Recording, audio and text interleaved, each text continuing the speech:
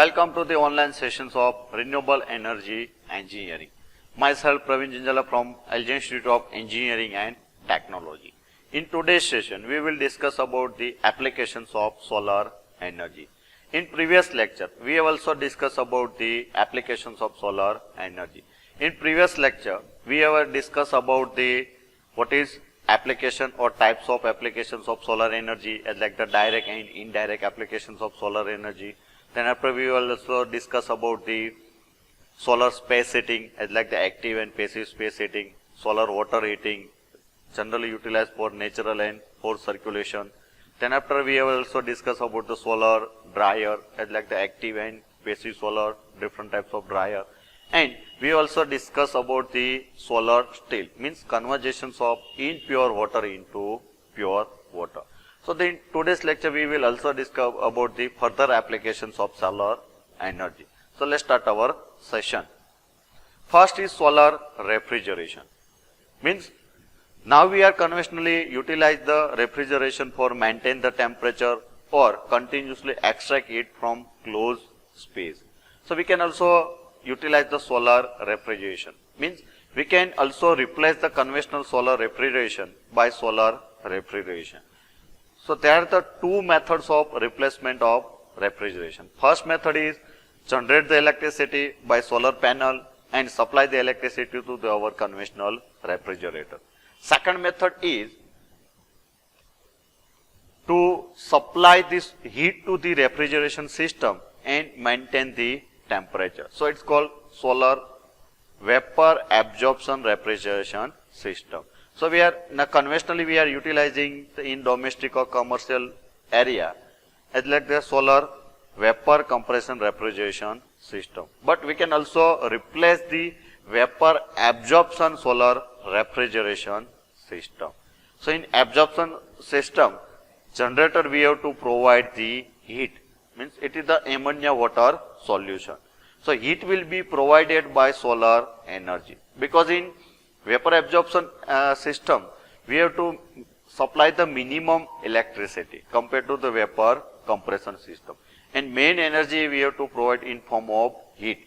So by utilizations of solar energy we can easily supply the heat to the generator. Means here we can utilize the collector as like the parabolic top collector or point focusing type concentric collector. So by utilizations of different collector we can supply the heat to the generator. So what's happened, whenever we supply the heat to the generator, so the solutions of ammonia water, ammonia will be start to the evaporate, means it will become weak solution. So weak solution will be passed to the absorber, and vapor will be passed to the rectifier to the condenser, where it will be condensed. Then after it will be passed to the expansion valve and it will be expand. So the low temperature vapor liquid mixture, it will be passed to the evaporator. Means this is our final application, where it will be absorb the heat from our product and ammonia vapor will be passed to the absorber. So here also we providing the some cooling water for the strong solution, as like here the passing our ammonia and here the weak solution. So the mixing of ammonia and weak solution, it will become the strong solution, and we will supply the strong solution by pump to the generator, and cycle will be repeated.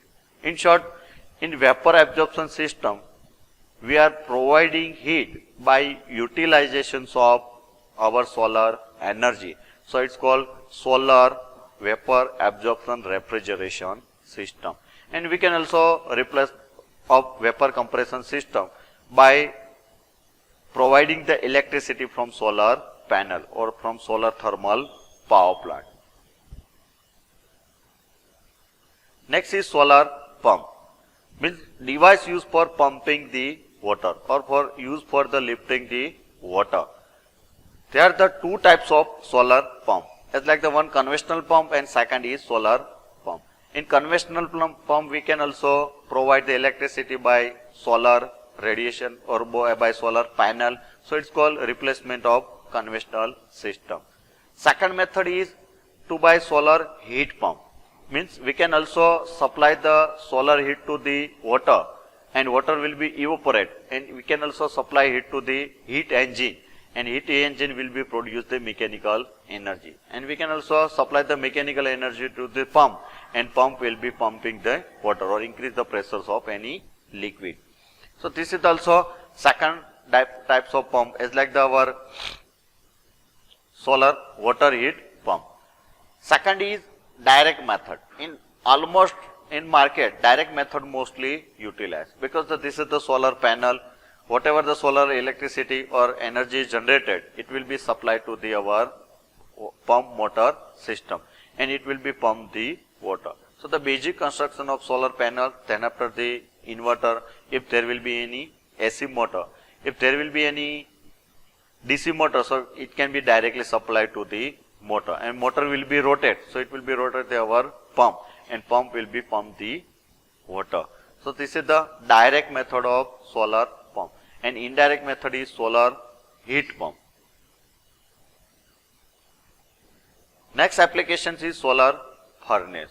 Means main utilizations of furnace is to in casting industry or in heat treatment processes. So the according to the applications and requirement, we can also utilize the different types of solar furnace. In solar furnace, we have to require the large amount of heat for any casting or for any heat treatment process. So heat will be supplied by the solar radiation, and by the utilizations of different concentric methods of solar radiation. The basic construction of solar furnace is, this is our final applications of space heated or for casting or industrial purpose. So whenever the solar radiation will be strike on heliostat, so heliostat will be reflect the solar radiation, and it will be concentrate at a concentrator or parabolic shape. So it will be again the reflect the solar radiation and concentrate at a point. So this is the point focusing type collector, and this is the line focusing type collector. So the whenever solar radiation will be received at a point, so we can also increase the higher temperature. Temperature will be depends on our heliostat and concentrator. So the numbers of heliostat we can also place, and we can also achieve the higher temperature. This is the practical examples of our solar furnace.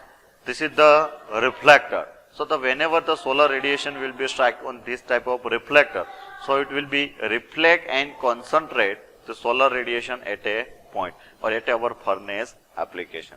So the main purpose of solar furnace is to for heat treatment processes. So the by placing the different types of heliostat or different application, we can also generate the large amount of heat. Next application is our solar cooker. Means it is used for cooking purpose. Main purpose of solar cooker is to save our conventional sources and utilizations of renewable energy sources. There are the basically three types of solar cooker used. First one is box type, means it is the simple types of solar cooker. Second one is panel cooker, means it is one types of panel used. It is the special construction type of solar cooker. Third one is parabolic cooker, means reflecting surface is in shape of parabola, and this is the almost point concentration type collector. So these are the three types of solar cooker. Now we will discuss in detail step by step different types of solar cooker. First one is box type cooker, means this is the simple types of cooker. This is the wooden frame used for the supply or strengthening of our solar cooker. This is the cooking pot or inner box used for the cooking purpose.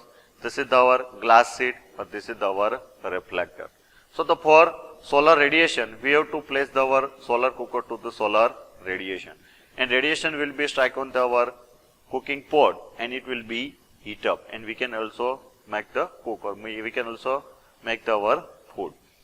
For improvement of performance of solar box type cooker, we are providing the reflector or plane mirror.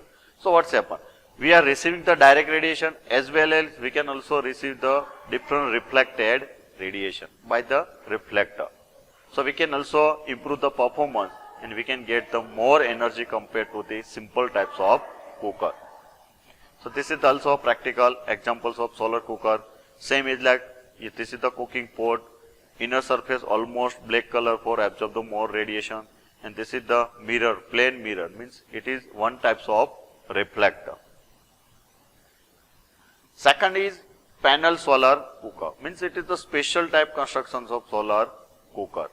This is the basic construction of panel type cooker, means it is in shape of panel. This is our cooking pot. So whenever we place this cooker into solar radiation, so what's happen? All direction solar radiation will be reflected and concentrate at our cooking pot, and we can get the more energy.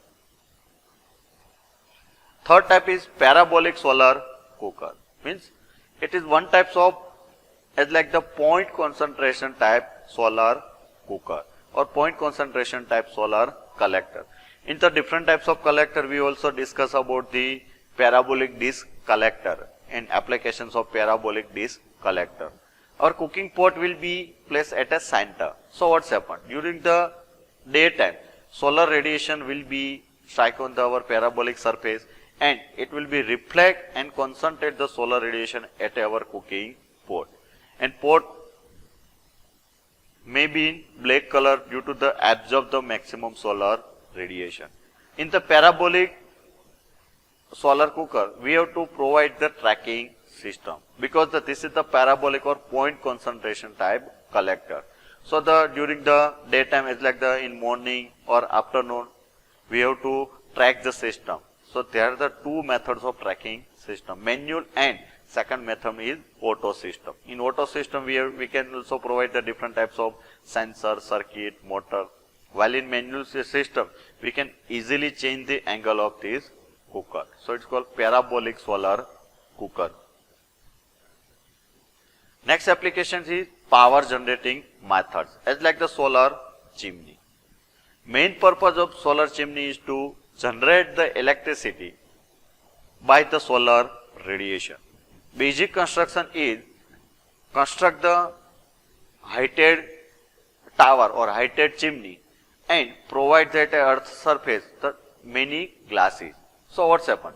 Due to the solar radiation on glass, gap between the or air between the glass and ground surface, air will be hum up.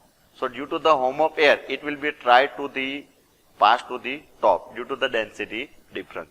And we are placing the air turbine and generator. So what's happened? Whenever the solar radiation will be strike on the gap between the glass and ground surface, so it will be hum of the air, and air will be passed from atmosphere to this gap to the chimney and chimney to the atmosphere. So what's happened? Due to the velocity of air, we can rotate the turbine, and by the rotation of turbine, we can also generate electricity by generator.